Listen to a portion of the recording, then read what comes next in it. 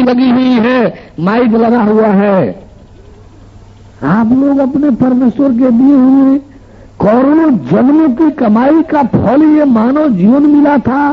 इस मानव जीवन में केवल इंद्रिय है कि इसका लाभ लेकर के मशगूल हो गए? केवल शरीर है?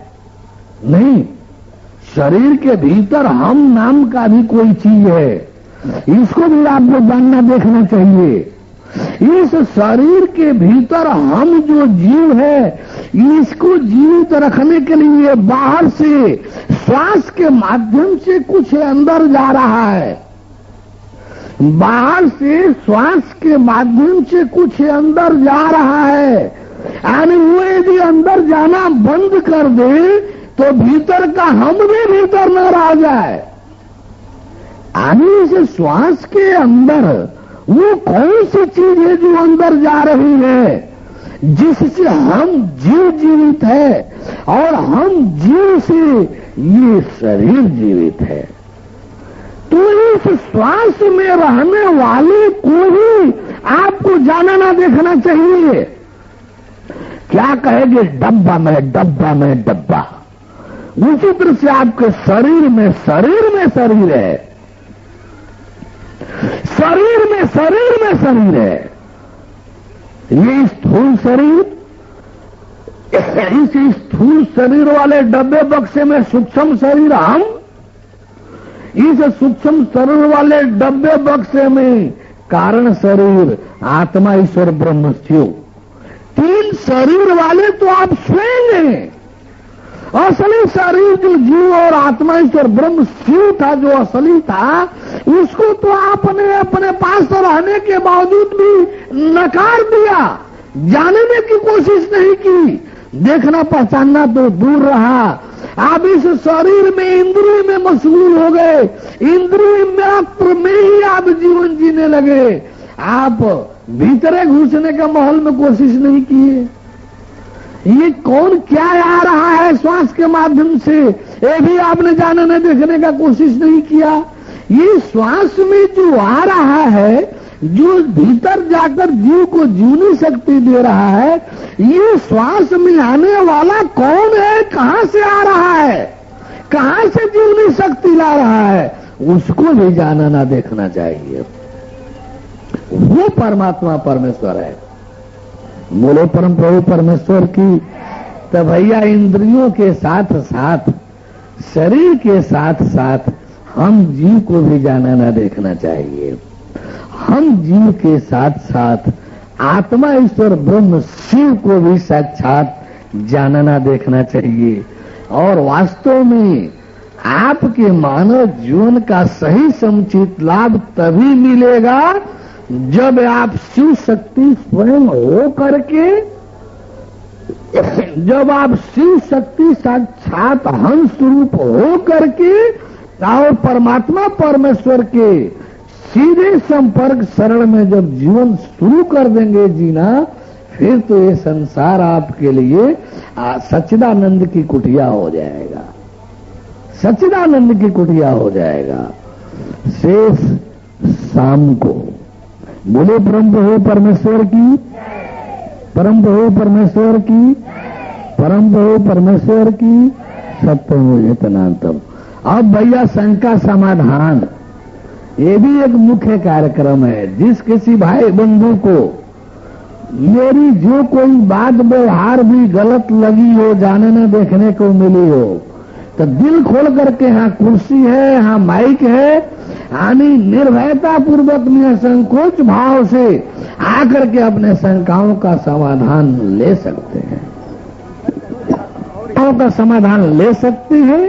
इसके लिए आपके लिए खुली छूट है, शास्त्र सम्मत सदग्रंथों द्वारा प्रमाणित आप अपने शंकाओं का समाधान ले सकते हैं।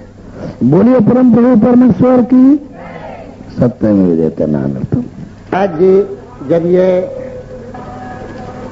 अहम वाला जीव और ये ईश्वर और ये सब जब दर्शन हो जाएंगे तो उसको संसार, माया, मोह या उसमें परिवर्तित ये अहम जीव को हो जाना चाहिए कि नहीं? बोले परम प्रभु परमेश्वर की जब तक आप अपने आप को तन मन धन से भगवत समर्पण शरणागत होंगे नहीं तब तक मिलेगा ही नहीं।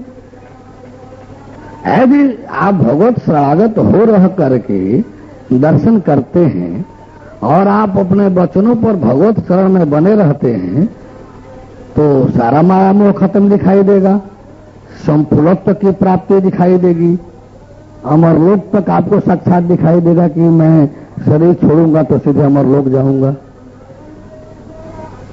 और ये जो क्रियाएं महाराज जी आप व्याख्यान कर रहे थे, ये जो सांस चल रही है, ईश्वर, ये तो नीचे की चीज है। यही बातन की जरा हमें तो इसलिए दिखला देते हैं कि कौन वही ना कहने पाए कि ये हम ब्रह्मास्मि नहीं जना दिखा रहे हैं, ये आत्मा ईश्वर ब्रह्म शिव नहीं जना दिखा रहे। अरे जानते ही नहीं होंगे तो दिखावे कैसे? नहीं ये इसलिए ये दर्शन करा देता हूँ। मुझे यहाँ रखना नहीं है किसी को, मुझे तो दिखा करके कहना कि छोड़ो ये नीचे है, ऊपर उठो, आगे बढ़ो। फिर जब आत्मा ईश्वर ब्रह्म शिव भी दिखाएंगे तो कहेंगे छोड़ो छोड़ो, इस योग अध्यात्म में भी नहीं रहना है, ये आत्मा ईश्वर ब्रह्म शिव भी नहीं रहना है, और आगे बढ़ो, ऊपर उठो, परमात्मा परमेश्वर के शरण में चलो। तो परमात्मा की शरण में जाने के लिए जो अहम जीव है, इससे भी अलग जीव कोई और है क्या कि जो अलग रहता है? अहम जीव तो परमात्मा के शरण में जा ही नहीं सकता। जब तक आत्मा ईश्वर ब्रह्म शिव नहीं बोलेगा तब तक परमात्मा के यहाँ प्रवेश नहीं मिलेगा। अहम जीव जो है महाराज जी, अहम जीव के बाद जो आप जीव, इसी अहम जीव को तो जीव का दर्शन होगा। जी हाँ, और अहम जीव को ही वो ईश्वर का दर्शन होगा। नहीं, जब अहम जीव ईश्वर से मिलेगा तो ईश्वरमय होगा। अहम जब ईश्वरमय होगा तो अहम जीव रह नहीं जाएगा। ईश्वर को ईश्वरत्व का दर्शन, ईश्वरत्व का रूप बनेगा तब ईश्वर दर्शन होगा। तभी तो जिसको ईश्वर दर्शन, अहम जीव को ईश्वर दर्शन हो जाता है तो वही महात्मा तो लिख देता है कि फलाने नंद ईश्वर, फलाने नंद परमानंद, फलाने नंद ये, तो उसमें अब क्या कहा जाए कि ऐसे ही मनमाना लिखते हैं। सभी को क्या जाने क्या ईश्वर परमेश्वर होता है, इन सबों को तो जीवे का आता पता नहीं है। जब वो ईश्वर में हो गए तब अब हम कैसे? सवाल है कि ये कह रहे हैं ना ईश्वर में, मान रहे हैं ना ईश्वर में। जब आप तत्व ज्ञान से देखने चलिएगा, जांचने चलिएगा तो पता चलेगा कि उनको जीव का भी आता पता नहीं है। अहम जीव को जब ये दर्शन हो जाएंगे या तन मन धन से उस पे हो जाएगा, उसका लक्षण क्या है? गीता में क्या है? उसका लक्षण यही है कि इसकी बोली बदल जाएगी। जो अज्ञानी कर्म और भोग की महत्ता दे रहा होगा, धन बटोरने और खूब भोगने की महत्ता दे रहा होगा, शरीर परिवार की महत्ता संबंध की दे रहा होगा, वो उसका समाप्त हो जाएगा। स्वाध्यायी अहम जीव वाला होगा तो स्वाध्याय और आनंद का गुणगान गाने लगेगा। जब वो आत्मा ईश्वर ब्रह्म शिव वाला होगा तो कर्म भोग शिक्षा की महत्ता तो खत्म हो जाएगी, ये स्वाध्याय और आनंद की भी महत्ता खत्म हो जाएगी बोली से। तब वो साधना और चिदानंद का गुणगान गाने लगेगा, आत्मानंद का गुणगान गाने लगेगा, ब्रह्मानंद, चिदानंद, चिन्मयानंद, दिव्यानंद, इन सब का गुणगान गाने लगेगा। आएगा तो जब परमात्मा का दर्शन वाला होगा, परम ब्रह्म परमेश्वर का दर्शन प्राप्त होगा, तब वो जो है शिक्षा की महत्ता, कर्म भोग की महत्ता, संपत्ति की महत्ता तो खत्म हो जाएगी। स्वाध्याय और अध्यात्म की आनंद और चिदानंद की भी महत्ता नहीं रह जाएगी। तब वो ज्ञान का गुणगान गाएगा, भगवान की महत्ता गाएगा, भक्ति सेवा की महत्ता गाएगा, सच्चिदानंद, परमानंद, शाश्वत शांति, शाश्वत आनंद की महत्ता गाएगा। ये परिवर्तन हो जाएगा। तो ये जितना माघ मेले में बड़े बड़े महंत बैठे हैं, बड़े बड़े साधुजन, तो ये वही तो गा रहे हैं, ये कोई नौटंकी कर रहे हैं गाया महाराज जी? इसलिए कि बड़े बड़े पोशाक में है नौटंकी कर रहे हैं, भीतर से तो उतने वो निकृष्ट है। जितने बाहर से बड़े हैं वो उतने भीतर से वो गए हैं। अब ये कैसे माना जाए कि वो बस गए हैं कि इसके देखने के लिए तत्व ज्ञान विधान। तत्व ज्ञान माने क्या होता है और सत्य क्या है, सत्य क्या है, इसके पहचान विधान का नाम है तत्व ज्ञान। नकली क्या है, असली क्या है, ये जानने देखते हुए पहचानने के विधान का नाम है तत्व ज्ञान। तत्व ज्ञान कोई वस्तु नहीं है, तत्व ज्ञान कोई व्यक्ति नहीं है। तत्व ज्ञान वह विधान है जिससे हम नकल असल को पहचान सकते हैं, जिससे हम झूठ सच को पहचान सकते हैं, जिससे हम असत्य सत्य का अंतर कर सकते हैं। तत्व ज्ञान के बगैर इस दुनिया में कोई भी किसी भी विधान से असत्य सत्य नहीं जान सकता, नकली असली की पहचान अलग अलग नहीं कर सकता। संसार में हम रह रहे हैं, अहम जीव संसार में पैदा हुआ है, पृथ्वी के ऊपर है, ब्रह्म ज्ञानी, तत्व ज्ञानी, परमेश्वर ज्ञानी, ईश्वर परमेश्वर को जनाने वाले, दिखाने वाले महाराज श्री, संसार से क्या ये अहम जीव अलग चला जाएगा कि संसार में अहम भी खत्म हो जाएगा है? जैसे आप अज्ञान में जब पारिवारिक हैं तो आपको दिखाई दे रहा है कि हम शरीर है, हम उमेश है, हम रमेश है, हम मोहन है, हम सोहन है, हम सीता है, हम गीता है, हम रीता है। ऐसे ऐसे जो हम अपने को शरीर मान बैठे हैं, तत्व ज्ञान से गुजरेंगे तो जैसे ही हम जीव के रेंज में जाएंगे तो दिखाई देने लगेगा हम तो शरीर, ये कितना झूठ था जी, मैं तो बड़ा भरमा भटका था, ये तो मैं तो एक सूक्ष्म शरीर आकृति जीव हूं। आने आपका शरीर वाला मैं समाप्त हो जाएगा, वो जीव में परिवर्तित हो जाएगा।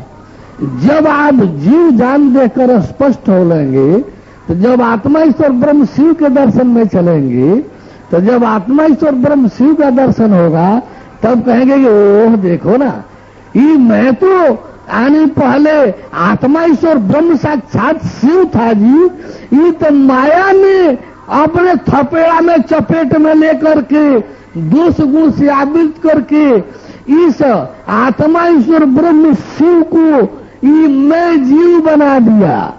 अरे भाई मैं तो कुछ है ही नहीं, मैं तो झूठा ही एक सूक्ष्म आकृति है। मैं तो पहले आत्मा ईश्वर ब्रह्म शिव था, मैं अब भी आत्मा ईश्वर ब्रह्म शिव हो गया, अब तो मैं रहा ही नहीं, अब ये शरीर में मैं नहीं रहा, इस शरीर में तो अब आत्मा ईश्वर ब्रह्म शिव रहने लगा। जब मैं था तब हरि नहीं, अब हरि है, मैं नहीं। तो जब आत्मा ईश्वर ब्रह्म शिव मिलेंगे तो आपके शरीर का मैं भी खत्म हो जाएगा, जो मैं हम जीव है वो भी खत्म हो जाएगा। फिर क्या बनेगा?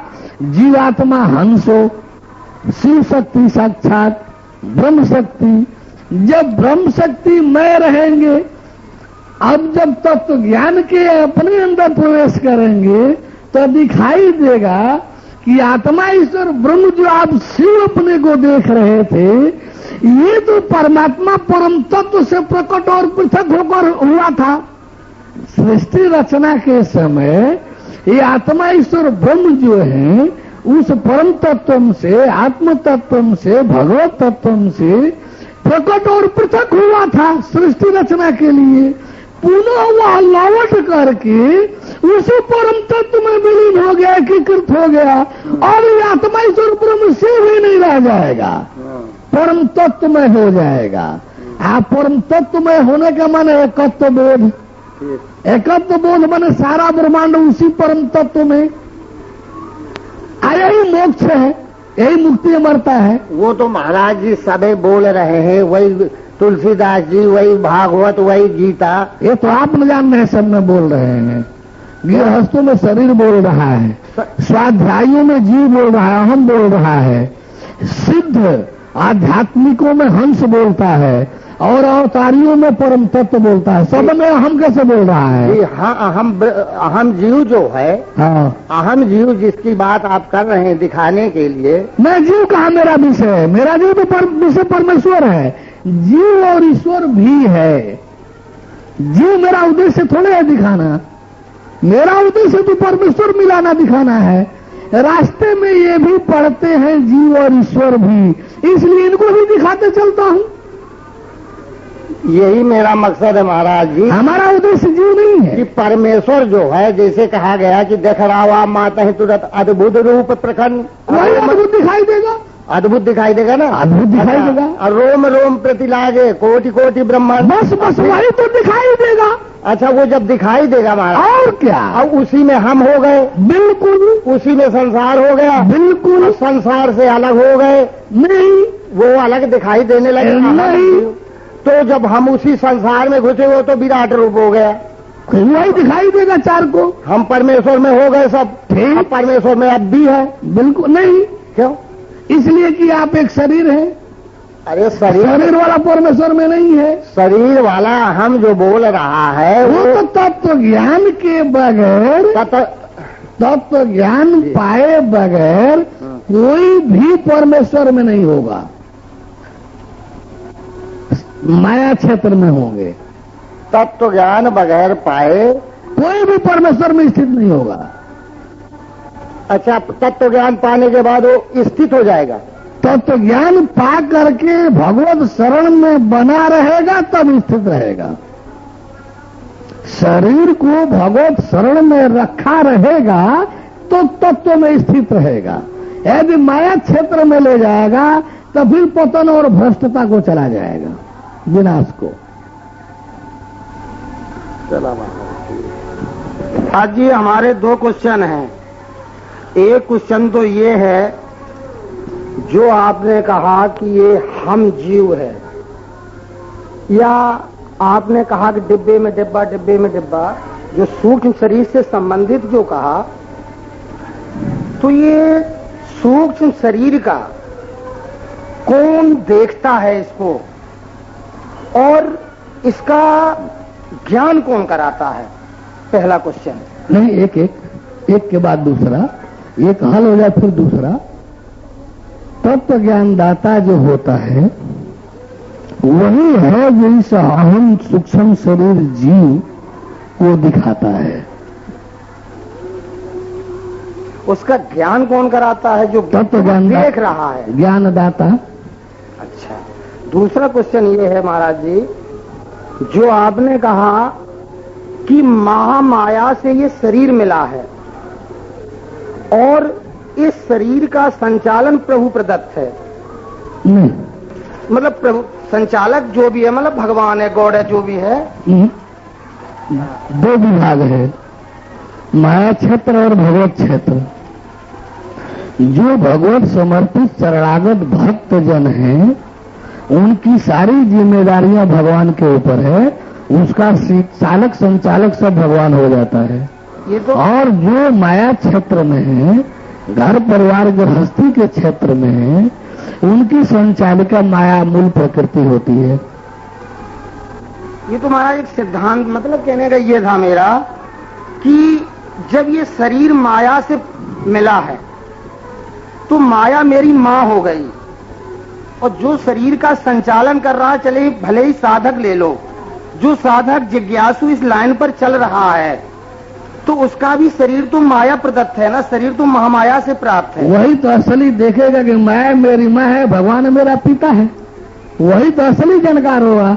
आप लोग माया को मात मान लिए, लेकिन पिता नहीं खोज रहे हैं। तो प्रकृति जो माया का भी पति है, तो प्रभु प्रकृति में तो भोग है, प्रकृति में जो महामाया है उसमें तो भोग है, और पिता में योग है।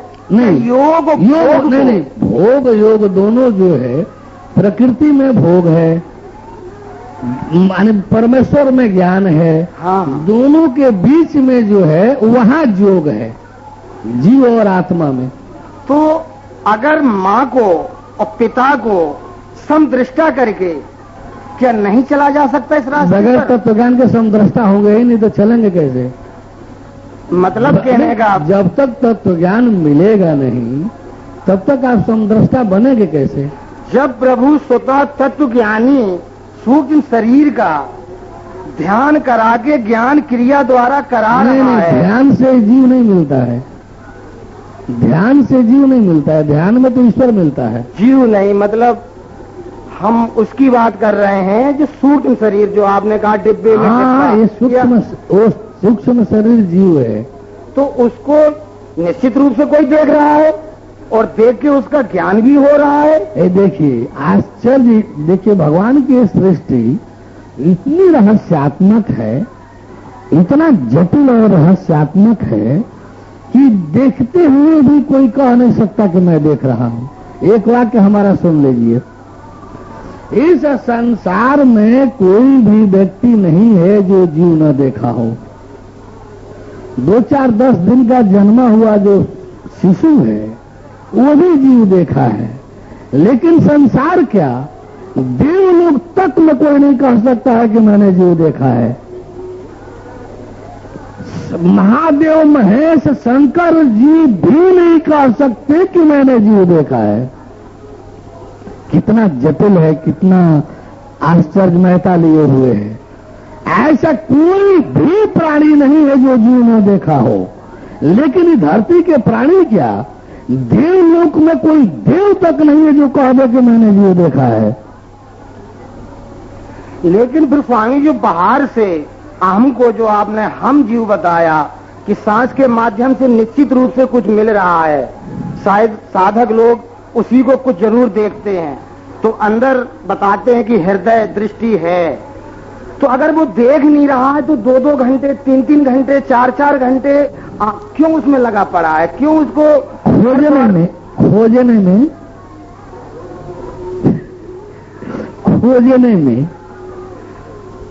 प्रभु अगर देखने वाला तो कुछ सेकंडों में देख लेगा। अगर कुत्ता को किसी मिष्ठान की खुशबू नहीं आएगी मालिक, वो बिल्कुल नहीं खोदेगा। निश्चित रूप से वहां उसे कुछ प्राप्त हो रहा है, इसलिए वो खोद रहा है। सवाल ये है कि हर जगह जो थुथुना रहा है, सूंघ रहा है, वो मिष्ठान ही हो या कोई जरूरी नहीं है। मिष्ठान की खोज में वो हर जगह थुथुन मारता है। हाँ, खाएगा वह नहीं जो मिष्ठान नहीं होगा, खाएगा वह जो मिष्ठान होगा, लेकिन थुथुन तो चारों ओर मारेगा, सूंघना तो चारों ओर सूंघ करेगा। तो स्वामी जी दूसरा मतलब ये था कि जैसे प्रकृति जो माया है, क्या परिवार, जैसे विशेषकर परिवार पे आपने जोर दिया कि बगैर परिवार को छोड़े ये योग या परमात्मा मिलना संभव नहीं है। ठहरेगा ही नहीं, मिल भी जाए तो, मिल भी जाए कृपा करके तो ठहरेगा ही नहीं। क्या प्रभु ज्ञान मिलने के बाद समाप्त हो जाता है क्या? जी हाँ, बताते हैं कि ज्ञान कभी समाप्त नहीं होता। किसने बताया आपसे? ज्ञानी लोगों पुस्तकों में। ज्ञानी कहाँ मिला आपको? भगवान कृष्ण कह रहे हैं गीता में कि ज्ञान पाने वाला यदि भगवान के शरण में नहीं रहा, भगवान के शरण छोड़ करके जैसे माया के क्षेत्र में जाएगा, माया पहला काम करेगी कि ज्ञान सीज कर लेगी, जब्त कर लेगी, वापस करेगी और उस चोर बेईमान को आसुरी वृत्ति, आपराधिक वृत्ति में डाल देगी भोग भोगने के लिए। माया हृत ज्ञान आसुरी भाव आश्रिता, भगवान कृष्ण का ये वचन है। जो ज्ञानी चोर बेईमान जो माया में जा रहा है, आप सरकारी अधिकारी हो गए, खजाने लेकर घर में भाग जाए तो सरकार छोड़ देगी आपको क्या? इंस्पेक्टर साहब सबसे पहले आपको पकड़ करके खजानवा वापस करेंगे सरकार को, तब आपका हिसाब किताब करते हुए कहेंगे चल चल तू अपराधी कहीं का पापी, चल जेल में चल, तोड़ाई भुनाई करके जेल में भेज देंगे। यही तो माया करती है कि भगवान का ज्ञान भगवान के शरागत के सर पर मिलता है। आई चोर बेईमान जो है ज्ञान पाने के बाद फिर जब परिवार वाले माया में जाते हैं तो माया वही करती है, ज्ञानमा जब्त करके भगवान को वापस करती है। आगे चल चल अपराधी राक्षस कहीं के, असुर कहीं का, जो भगवत द्रोही असुरों की जो दुर्गति होती है तू उसी में चल, और उसी में डाल देती है। अब चलते गलते रहिए। जैसे महाराज जी जब ध्रुव ने कहा कि मुझे तो जो है भगवान बहुत जल्दी प्राप्त हो गए, भगवान की प्राप्ति बड़ी सहज है। बहुत लोग जो है भीख मांगा को 2 रुपया मांग रहा है, 10 रुपया दे दीजिए तो वो आपको भगवान घोषित कर देगा। ऐसे भगवान जी तो चारों घूम रहे हैं लोग, लेकिन वो जो भगवान होता है ना, सारे ब्रह्मांड का मालिक और एक होता है। आप जैसे भगवान जी तो चारों ओर घूम रहे हैं, जाइए ना किसी भिखारी को कह दो 100 रुपए का नोट दे दीजिए, लेकिन सीधे आपको भगवान घोषित कर देगा। तो ऐसे भगवान जी तो चारों ओर घूम रहे हैं, 100 रुपए में भगवान जी बन जाएंगे, शायद 50 रुपए में बन जाए। कोनो भिखमंगा ऐसा होगा कि 10 रुपए में भगवान घोषित कर देगा।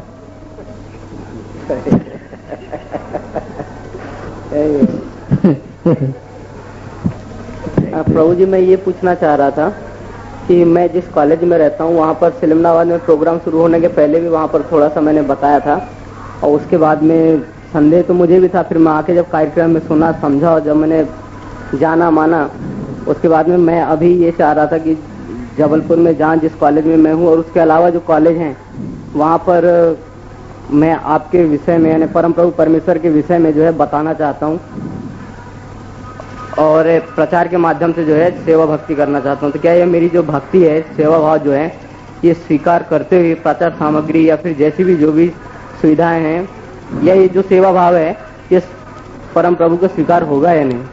बोलो परम प्रभु परमेश्वर की। ये सारे देखिए, सारी जिम्मेदारी गवर्नमेंट नौकरी देती है, देना उसका काम है, निभाने की सारी जिम्मेदारी कर्मचारी अधिकारी पर होती है। गवर्नमेंट निभाने की जिम्मेदारी नहीं लेती है, निभाने की सारी जिम्मेदारियां कर्मचारी अधिकारी पर होती है। उसी प्रकार से आप जब भक्ति सेवा में भगवान के शरणागत होंगे तो शरण में बने रहने की सारी जिम्मेदारियां आपकी होंगी। हाँ, शरण में बने रहेंगे, चाहे जैसे भी वो शरण में बने रहेंगे तो भगवान वो लाभ आपको मुक्ति वाला दे देगा।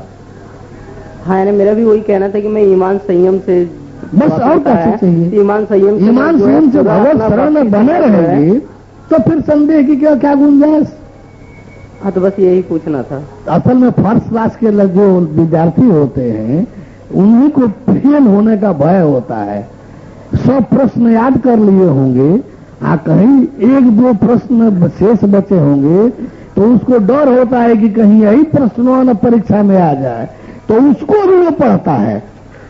आज जो फेलियर जो सड़क छाप फंटूस होते हैं, जो सड़क छाप हीरो होते हैं, हीरोबाज फंटूस, वो 5 गेस्ट पेपर खरीद करके 5 को प्रश्न रट लेंगे, कहेंगे यही तो आएगा ही आएगा, दूसरा तो आ ही नहीं सकता, यही आएगा।